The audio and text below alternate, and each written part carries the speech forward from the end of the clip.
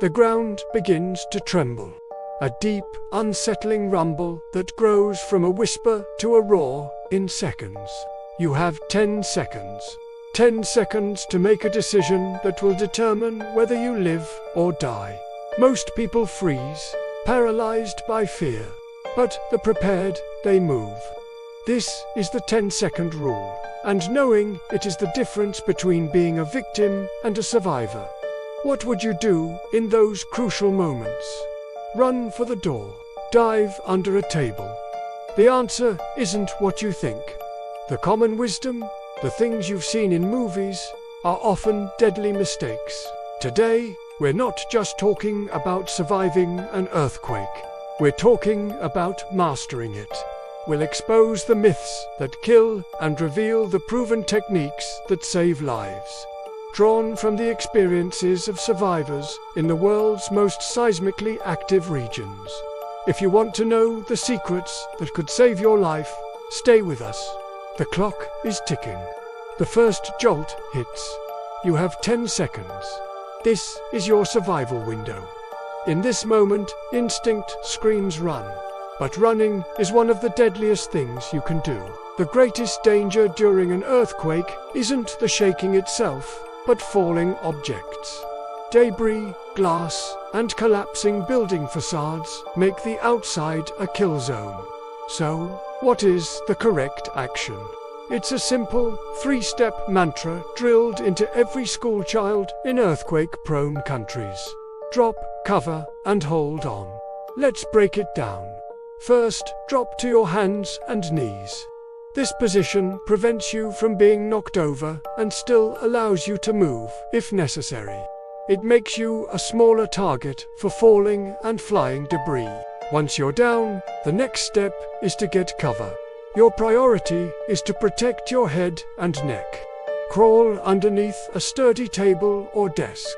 If there's no shelter nearby, crawl against an interior wall, away from windows, and use your arms and hands to shield your head and neck. The final, crucial step is to hold on. If you are under a table, hold on to one of its legs with one hand. Be prepared to move with it if the shaking shifts it around. If you're not under shelter, keep your head and neck protected with both arms. Why hold on? Because during a severe quake, the ground isn't just shaking, it's lurching. Your shelter will move, and you need to move with it. This isn't just theory. It's a life-saving protocol tested time and again. Drop, cover, hold on. It's the core of the 10-second rule. Now that we know what to do, it's equally critical to understand what not to do. These are the common myths, the deadly instincts that put people in harm's way. The number one mistake, running for a doorway.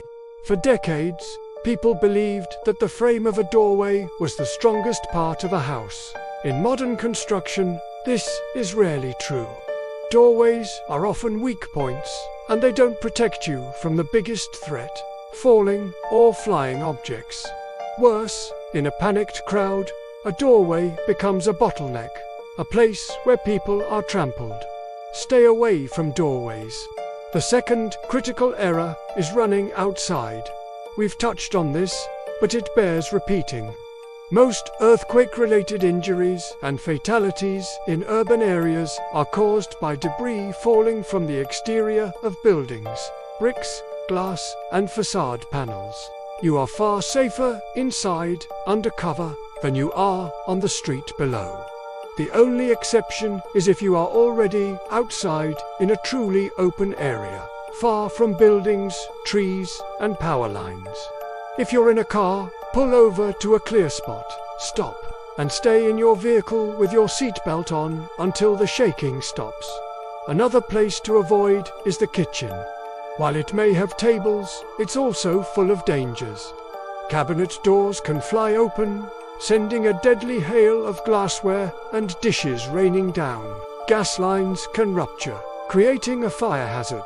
The same goes for any area with heavy furniture or appliances that aren't secured to the wall, like bookcases or refrigerators. They become lethal projectiles. The rule is simple. Assess your surroundings in those first few seconds and move to the safest spot, not the closest exit. Knowing where not to go is just as important as knowing where to go. The shaking has stopped. A deafening silence falls, punctuated by the sound of alarms and distant sirens. You've survived the initial event, but the danger is far from over. The aftermath of a major earthquake presents a new set of lethal challenges. One of the most immediate and deadly is fire. Ruptured gas lines and downed power lines are a volatile combination. If you smell gas or see sparks, you must get out, but only if you can do so safely. Check for a clear path first. If you are able, shut off the main gas and electricity lines to your home. Structural integrity is another major concern. The building you're in may have been fatally weakened. Be alert for the sounds of cracking or shifting. Aftershocks, which can be nearly as strong as the main quake, can cause a compromised structure to collapse. Move carefully. Watch for fallen objects, broken glass, and unstable debris. Wear sturdy shoes to protect your feet. Water is another silent threat. Water lines can break, leading to flooding. But more importantly, tap water may become contaminated. Do not drink it until authorities declare it safe. Your emergency kit should have bottled water, but if not, you may need to know how to purify it.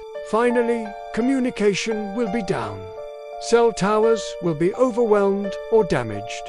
A battery-powered or hand-crank radio is your lifeline to official instructions and information. The minutes and hours after the shaking stops are a second survival test. Stay calm, be methodical, and be aware of these hidden dangers. To truly understand how to prepare, we must look to those who live with this threat every day. Japan sits on one of the most active tectonic junctions on the planet, experiencing thousands of tremors each year. Their survival is not a matter of luck. It's a matter of culture and relentless preparation. From a young age, every Japanese citizen participates in regular, realistic earthquake drills. They practice the drop, cover, hold on maneuver until it becomes an automatic reflex. September 1st is National Disaster Prevention Day, where the entire country, from the Prime Minister down, participates in massive, coordinated drills simulating a major quake. This culture of preparedness extends to their infrastructure. Japanese building codes are among the strictest in the world.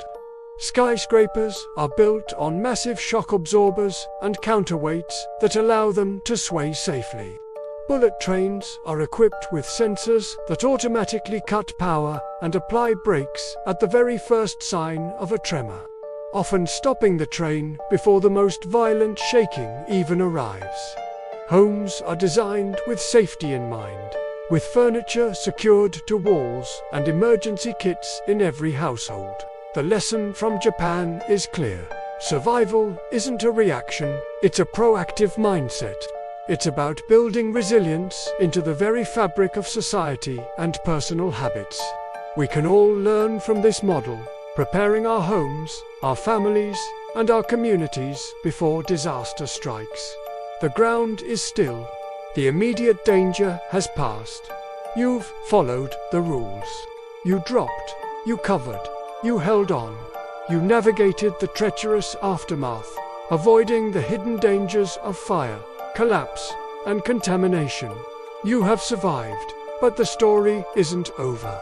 In fact, for many, this is where the real challenge begins. The psychological toll of surviving a disaster is immense. The world you knew is gone, replaced by rubble and uncertainty. This is the part of survival that no one talks about. The mental fortitude required to rebuild. It's in this moment that community becomes your most valuable asset. The stranger who offers you a bottle of water, the neighbor who helps you clear a path, these connections are the foundation of recovery. The lessons from places like Japan and Chile aren't just about engineering and drills. They're about social cohesion. They're about knowing that you are not alone. And as you look around at the devastation, you realize the 10-second rule wasn't just about saving your own life. It was about preserving the most important thing we have, each other. Because, in the end, we don't just survive for ourselves. We survive for the future we will build together. Thank you for joining us on this journey into the heart of survival.